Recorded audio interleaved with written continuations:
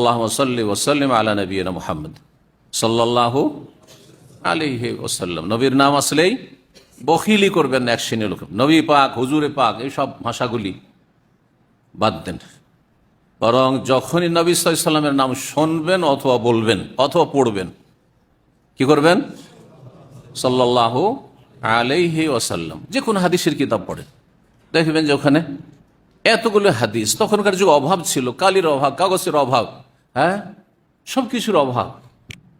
তারপরে প্রত্যেকটা হাদিসে কালা রাসূলুল্লাহ, সদ লেখা আছে, শুধু শুধু দোয়া লেখা আছে না, কি লেখা আছে? সাল্লাল্লাহু আলাইহি ওয়াসাল্লাম। এটি হচ্ছে সালাফদের তরিকা। বখিলি করবেন না। জুমাবারে রাসূলুল্লাহ সাল্লাল্লাহু আলাইহি ওয়াসাল্লামের প্রতি সালাতু ওয়াস সালাম বেশি করে পেশ করুন, সব সময় পেশ করুন, কারণ আপনার 10 গুণ লাভ।